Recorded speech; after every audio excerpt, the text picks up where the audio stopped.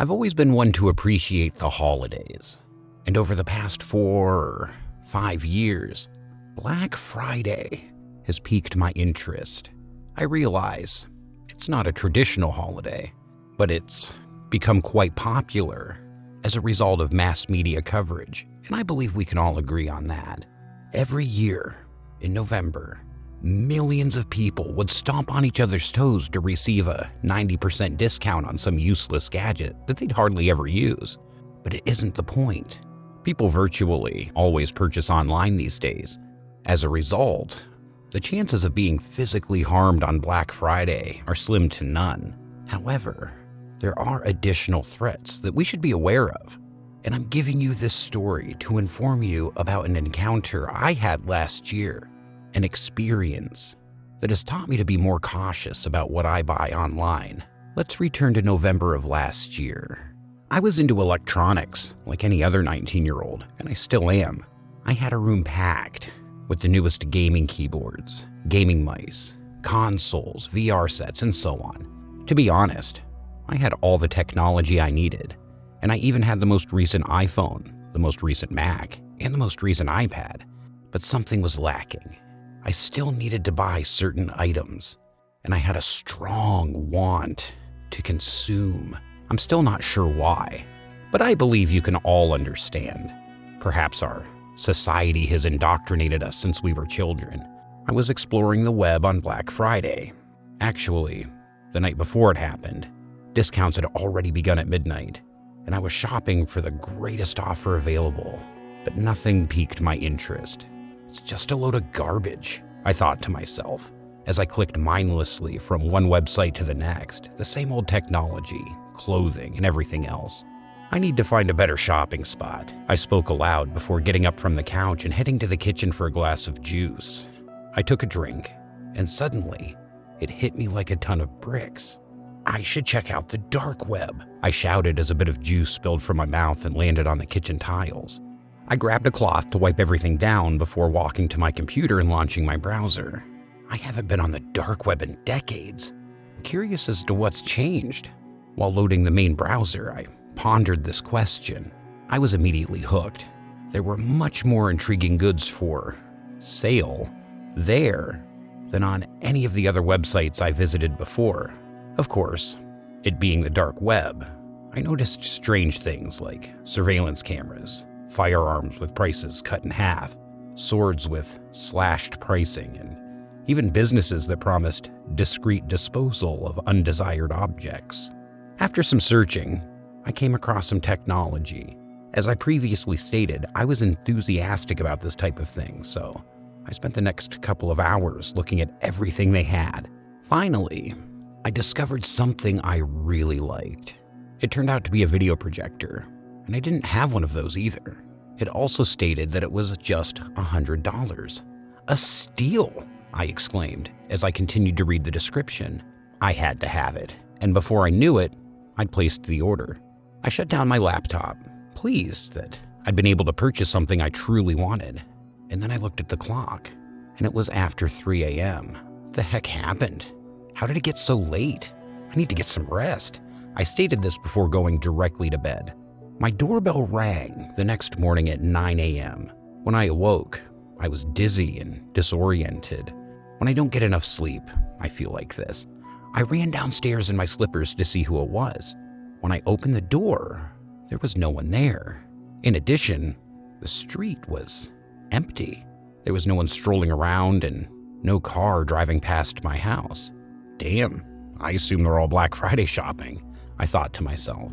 And then I took a stride forward. My foot brushed up against something. When I looked down, I noticed a box. It wasn't branded in any way, and it was simply a brown box with some tape wrapped around it. I picked it up, carried it inside, and cut it open. My face lit up with a broad grin. It was the projector I had just ordered a few hours before. How did it get here so quickly? I thought to myself as I examined it. I turned it on after plugging it in. It was easy to control. You could use 2 different USB sticks to watch any movie you want, but there was something different about it. The video projector was equipped with an antenna, That was something I didn't see in the photographs I viewed online. I attempted to find out what it did, but I assumed it captured some TV shows. I wasn't intending to utilize it, therefore, I ignored this feature. The remainder of the day was spent browsing other websites, maybe looking for more interesting stuff. But except for a few PS4 games on sale, I didn't notice anything that piqued my interest. The evening had arrived, and Black Friday was nearly gone, but I hadn't had a chance to put my new buy to the test. I put some media on a USB drive, got some chips, and started it up. The image was not crystal clear, but the fact that I could project the movie on any surface I chose made it well worth it. I paused the movie and went to the restroom at 11:30 p.m.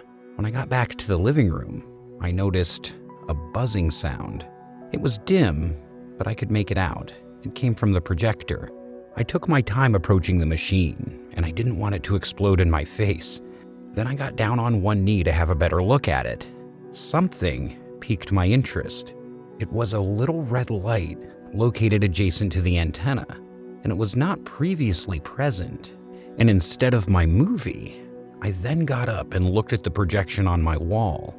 The movie I was previously watching wasn't playing anymore, and it was replaced by something else. It was a man. He had on a mask, and you couldn't see his eyes, his mouth, anything. The mask was black, and instead of eye holes, there were 2 red dots. The guy wasn't moving. He wasn't saying anything, so I just stood there and watched him. I didn't know what to think about this entire situation.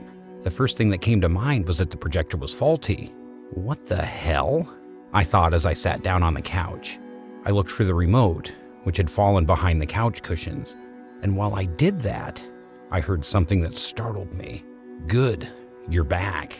I want to thank you for purchasing the projector, Mark," the guy said. At that moment, I was speechless. He knew my name, and he knew when I came back into the living room. I started to ask myself all kinds of questions, at the same time being afraid to move, not knowing what would happen next.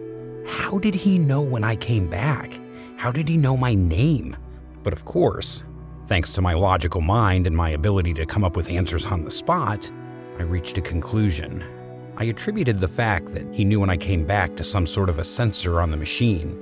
It must be something integrated so that when you leave the room, the movie would stop. This way, you don't miss any part of the flick. Also, I came up with an answer for my next question, the one about the name.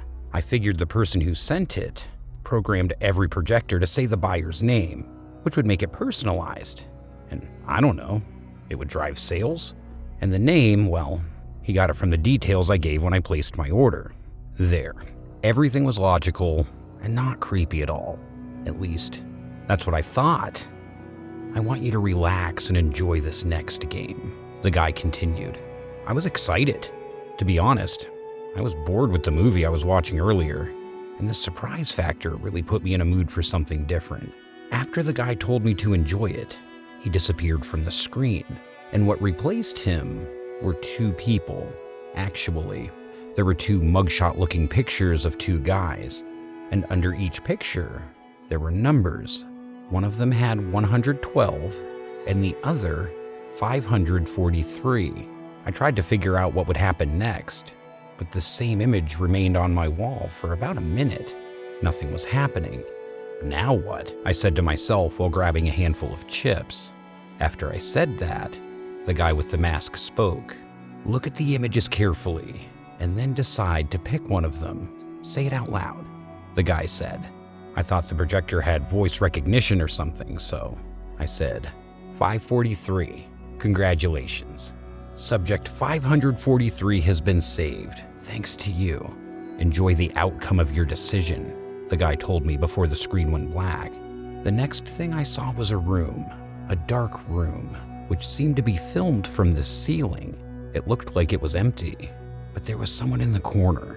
I had to come close to the projector to really see what it actually was. As soon as he turned around, I recognized his face. The guy named 112 was there, but he was acting crazy. He was banging on the walls and the door, screaming to let him out, and he looked bloody and dirty. I noticed that he also had some sort of spear in his leg. But his acting was so good, I really believed that he was suffering. I was enjoying this movie I got to see. Even though I was not typically one to enjoy horror flicks, this one was really entertaining. I carefully watched his every move while happily eating my chips. All of a sudden, a couple of guys came into the room. The following scenes made my stomach turn. They started to beat him with a metal bar. They were striking him that his screams would pierce my ears. It was like they didn't think of him as human. They had no remorse for their actions. They were using their full force, trying to break that man's skull wide open. Blood was gushing everywhere. The man was crawling on the floor like a wounded animal, but the two men didn't stop until he finally couldn't move. I figured he died because his face wasn't recognizable anymore, and it was all twisted and inflamed. You wouldn't even think it was the same guy from when the scene started. I was shocked. The images were so brutal. They seemed so real. Did you enjoy that, Mark? Are you proud of your choice? The guy asked me. Now you're officially part of the game. You are assigned number 990. After each contestant is eliminated, we pick a random number to take part in the selection. Good luck, he continued. I didn't know what it meant. I was part of what game? What the hell was going on? Well, it wasn't as interesting as I hoped it would be. But at least they tried, I said while I put the chips to the side and went over to the machine.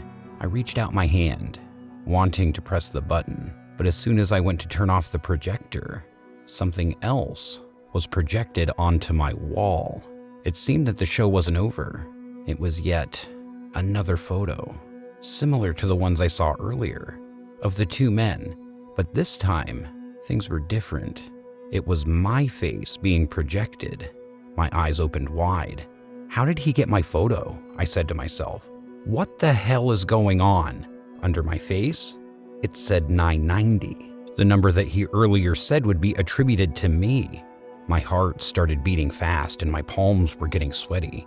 Then, a small random number generator appeared instead of my photo. I felt kind of nervous. My knees began to buckle. The counter stopped at 884 and 324. Congratulations to 884 and 324. One of them has a chance to escape. Good luck, and see you tomorrow, the guy said before ending the video. I stood there, and I realized that those were real people, and that whichever I chose that night survived and managed to escape, and the other one died, all because of me. I went online and started researching this projector. Thousands of cases popped up. Many people who bought the same exact model from the same exact place experienced what I did. There were countless stories from people that said their friends purchased that thing and then went missing. But when they tried to go to the police and tell them about it, everyone just laughed in their faces. The next thing I did was take it to the backyard and smash it. I didn't want to die. I didn't want to be a part of that stupid game the masked guy mentioned. I don't know what happened to those people. I don't know if I'm still a number in that sick game of theirs. How did they get there in that room? Were they kidnapped? And why didn't the police do anything about it? I mean, many people bought the damn thing, so there is plenty of evidence to go around. How could nobody believe these people? Unfortunately, I don't have answers to those questions. All I know is that I'm still alive, but I have this dreadful fear inside me each time I'm alone, and I try to go to sleep.